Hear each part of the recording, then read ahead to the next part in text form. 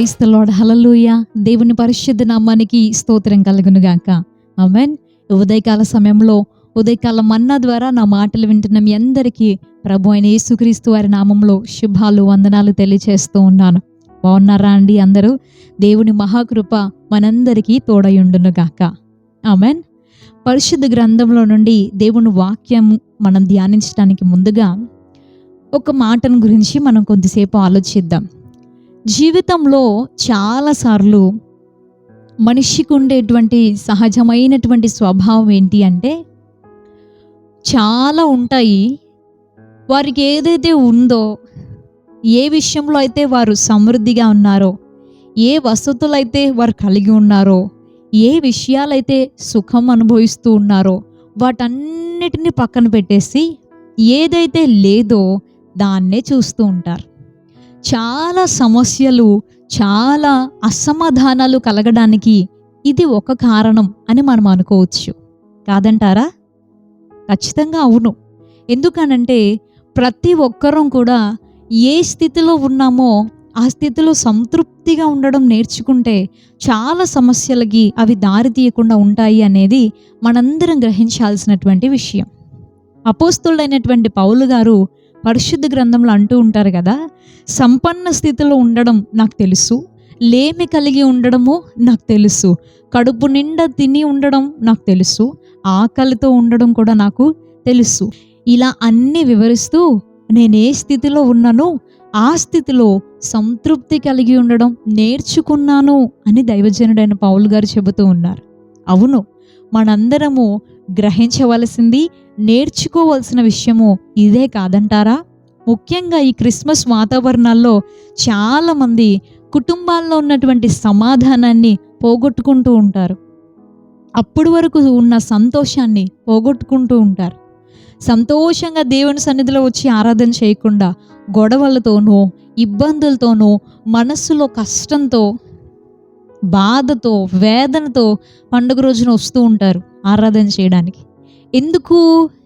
వారికి ఉన్నటువంటి సమాధానాన్ని పోగొట్టుకోవడానికి కారణం ఏంటి అని మనం ఒకసారి ఆలోచిస్తే చిన్న చిన్న విషయాలే. ఏదో లేదు, ఏదో కావాలి.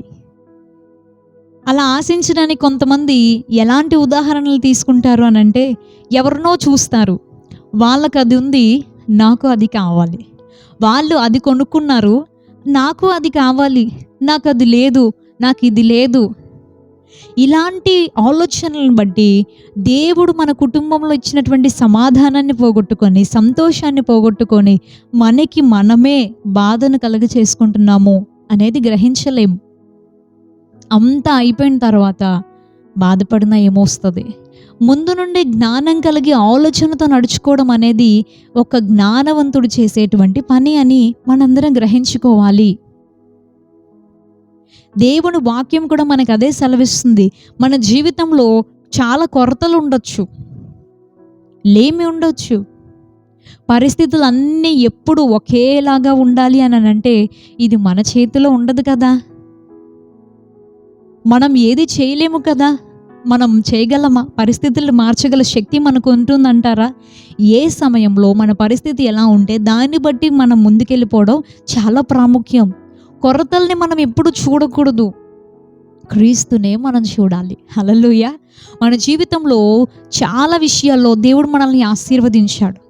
దేవుడిచ్చిన ఆశీర్వాదాలు, దేవుడు మనకిచ్చినటువంటి దీవెనలు ప్రక్కన పెట్టేసి ఏదో లేదు అని చెప్పి సణుగుతూ గొణుగుతూ ఉంటే దేవునికి కూడా అది చాలా బాధ. మనం మనకంటే డబ్బులు ఎక్కువ ఉన్న వాళ్ళని, ఉన్నత స్థాయిలో ఉన్న వారిని చూస్తూ మనం కూడా అలా అయిపోవాలి, వాళ్ళకున్నది నాకు లేదు అని అనుకుంటే మనం ఎప్పటికీ పైకి వెళ్ళలేము. ఎన్నో ఉన్నా ఇంకా ఏదో లేదని బాధపడుతున్నాం. కానీ ఏమీ లేకుండా, ఎవరూ లేకుండా, దిక్కులేని వారిగా, సరైన వస్త్రాలు, సరైన ఆహారం కూడా లేకుండా, రోజుకి 3 పూట్ల సరైన భోజనం కూడా లేకుండా ఉన్నటువంటి వారు లోకంలో ఎంతమందిని మనం చూస్తున్నాము? మనందరం ఆలోచించాలి, కాదంటారా? ఎప్పుడు కూడా ఉన్న దాంట్లో కూడా సంతోషంగా జీవించలేకుండా ఉండేదానికంటే కూడా అలా మనకంటే దేవుడు మనల్ని ఆశీర్వదించినటువంటి ఆశీర్వాదాలను చూసుకుంటూ మనకంటే తక్కువ స్థాయిలో ఏమీ లేకుండా, ఎవరూ లేకుండా బాధపడుతున్న వారికి కొంచెం సహాయం చేయగలిగితే దేవుడు మనల్ని బట్టి సంతోషిస్తాడు. ఏ స్థితిలో ఉన్నా సరే మనం సంతోషంగా సంతృప్తిగా ఉండగలగాలి. దేవుని వాక్య భాగం మనకి నేర్పుతున్న సత్యము అదే. భక్తులైనటువంటి వారు తమ జీవితాల ద్వారా మనకి నేర్పిస్తున్న సత్యం అదే. యేసు ప్రభువారు ఈ భూమి మీదకి మనుష్య కుమారునిగా వచ్చి మనకి మాదిరిగా ఉంచి వెళ్ళిన మార్గము అదే. దేవునికి స్తోత్రం, హల్లెలూయా. పరిశుద్ధ గ్రంథంలో మనం చూస్తే ఇశ్రాయేలు ప్రజలు ఐగుప్తు దేశంలో బానిసలుగా ఉన్నారు. వారు అక్కడ పెట్టి చాకిరి చేయలేక వాళ్ళ మీద ఉన్న అధికారులు వాళ్ళని బాధ పెడుతుంటే, వారిని కష్టపెడుతూ ఉంటే మొర్రలు పెట్టారంట, ప్రభువా మేము తట్టుకోలేకపోతున్నాము, ఈ బానిస బ్రతుకులో నుండి మాకు విడుదల ఇవ్వండి ప్రభువా అని ఏడ్చారు.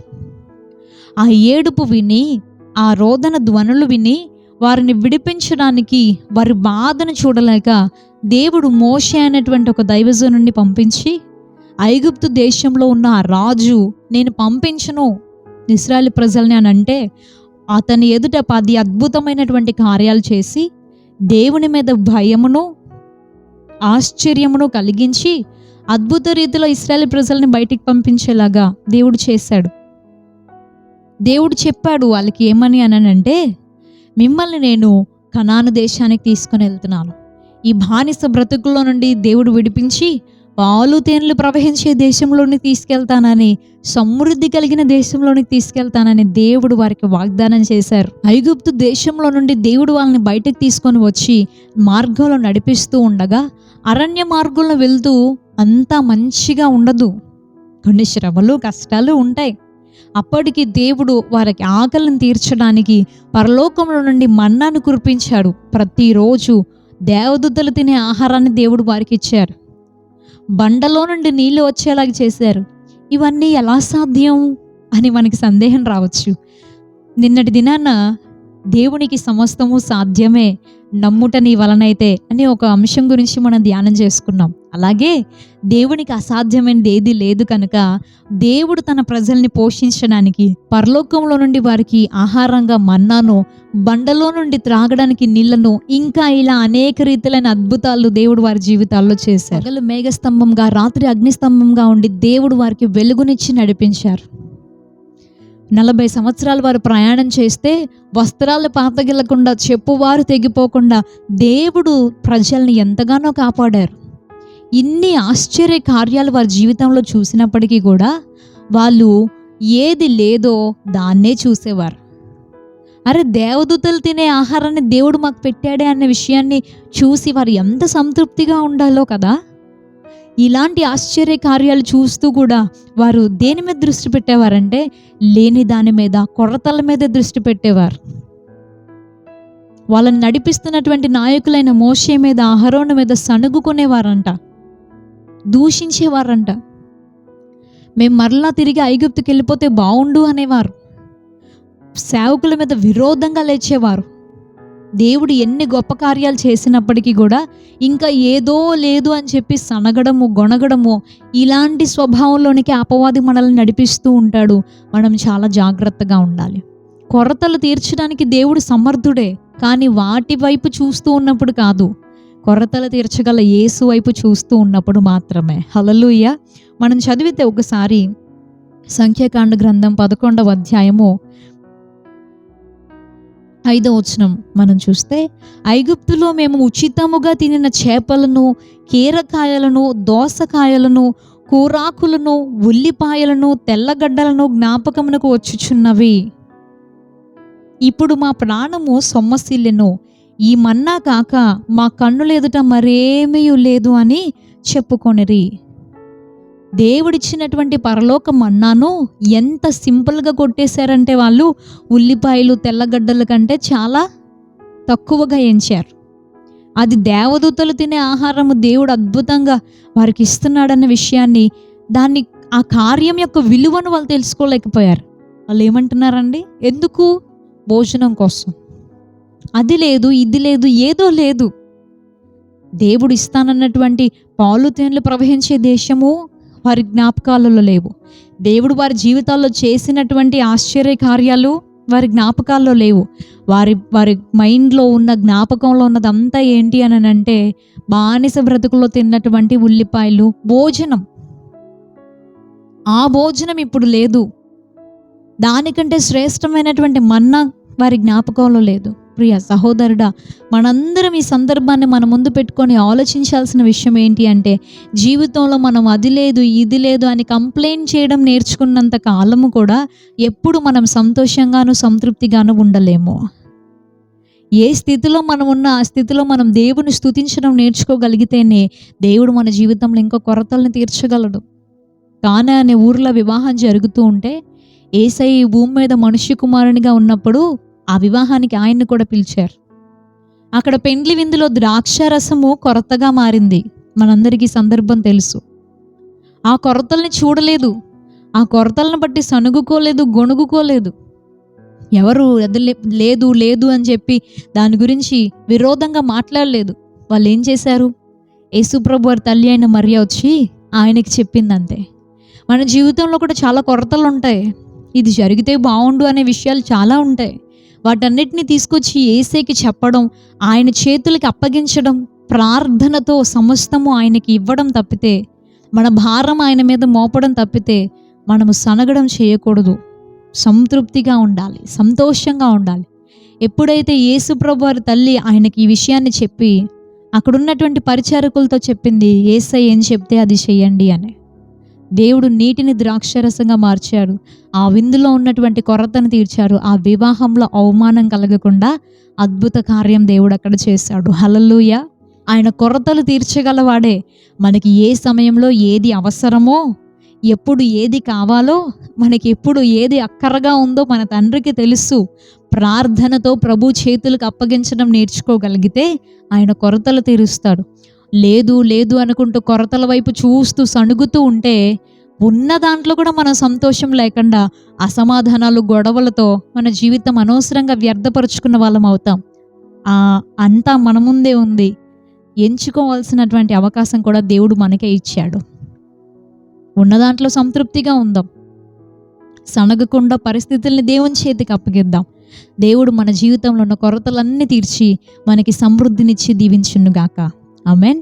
దైవాశీర్వాదాలు మనకుండునుగాక. ప్రార్థన చేసుకుందాం. మహాపరిశుద్ధుడా, మహాగణుడా, సర్వోన్నతుడానికి వందనాలయ్యా. ఈ ఉదయకాలం నీ సన్నిధిలో ప్రార్థించడానికి మీ పాదాల దగ్గరికి వచ్చి ఉన్నాం. జీవితంలో అనేక కొరతలు మాకు ఉండవచ్చు, కానీ కొరతల్ని చూడకూడదు. దేవా, నిన్నే చూడాలి, నీ వైపే దృష్టి ఉంచాలి, నీపైనే మేము ఆధారపడాలయ్యా. ప్రతి భారమును నీ మీద మోపి ప్రతి పరిస్థితిలో సంతృప్తి కలిగి ఉండడం మా అందరికీ నేర్పించండి. సణుగుడు, సందేహములు సమస్తమును తొలగించండి. ప్రతి పరిస్థితిలో నిన్ను స్తుతించడం మాకు నేర్పించమని వేడుకుంటూ ఉన్నాము. ప్రతి విషయంలో కూడా నీ వైపు చూస్తూ ముందుకు కొనసాగే కృపను మా అందరికీ దయచేయండి. సంతోషంగా నిన్ను స్తుతించగల జీవితాన్ని మాకు దయచేయండి. సంతృప్తి కలిగి నడుచుకోవడానికి మా అందరికీ నేర్పించమని వేడుకుంటూ నజరేయుడు శక్తి కలిగిన యేసు నామములో ఈ ప్రార్థన అడిగి వేడుకుంటున్నాం పరమ తండ్రి. Amen, amen. ప్రభువైన యేసుక్రీస్తు వారి నామంలో మరొకసారి మీ అందరికీ ప్రత్యేక వందనాలు తెలియజేస్తూ ఉన్నాను. రేపు ఉదయం ఇదే సమయానికి ఉదయకాల మన్నాలో మనం కలుసుకుందాం. అంతవరకు దేవుని మహాకృప మనందరికీ తోడై ఉండును గాక. May God bless you. Thank you so much. Praise the lord.